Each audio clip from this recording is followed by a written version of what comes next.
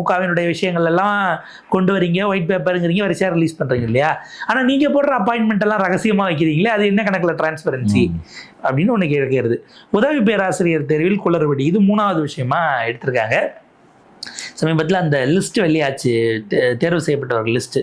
2006 பிறந்த ஒருத்தருக்கு போஸ்டிங் கொடுத்துருக்குறாங்க. வயசே இப்பதான் 20 வயசு ஆகுது. 19 வயசுல அவர் யூஜி முடிச்சு பிஜி முடிச்சு எப்படி அது வரும்? ப்ரொஃபஸர் அசிஸ்டன்ட் ப்ரொஃபஸராகவே ஆகிட்டாரு. ஆகக்கூடிய அசிஸ்டன்ட் ப்ரொஃபஸருக்கு தகுதியுடையவரா காம்படிட்டிவ் எக்ஸாமில் ஜெயிச்சிருக்காப்புல. இன்னொருத்தர் பேரே இல்லாமல் ஒருவருக்கு நியமனம் போட்டிருந்தாங்க. இது எனக்கு பேரே இல்லை.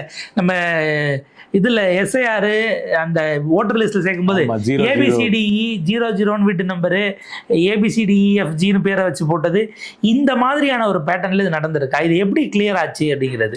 அப்போ நீங்கள் அதை நிப்பாட்டி வச்சுருக்கணும். இல்லை இதில் சம்மந்தப்பட்ட டீம் யார் என்ன, அதாவது நீங்கள் அந்த சேசிங்கிறதெல்லாம் இன்றைக்கி வெவ்வேறு விதமாக, பேப்பர் சேசிங்கிறதெல்லாம் ரொம்ப பழசாயிருச்சு.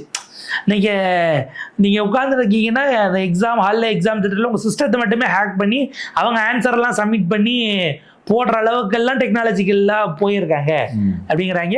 நாங்கள் அதுக்காக ஹெலிகாப்டரில் கொஸ்டின் பேப்பரை கொண்டு போகிறோங்கிற அளவுக்கு மோடிஜி சிறப்பாக யோசிக்கக்கூடிய அளவுக்கு ஹெலிகாப்டரில் கொண்டு போகிற அளவுக்கு இருக்குன்னும் போது இந்த முறைகேடுகளை கையில் எடுக்கிறாங்க. இதுக்கு அடுத்தது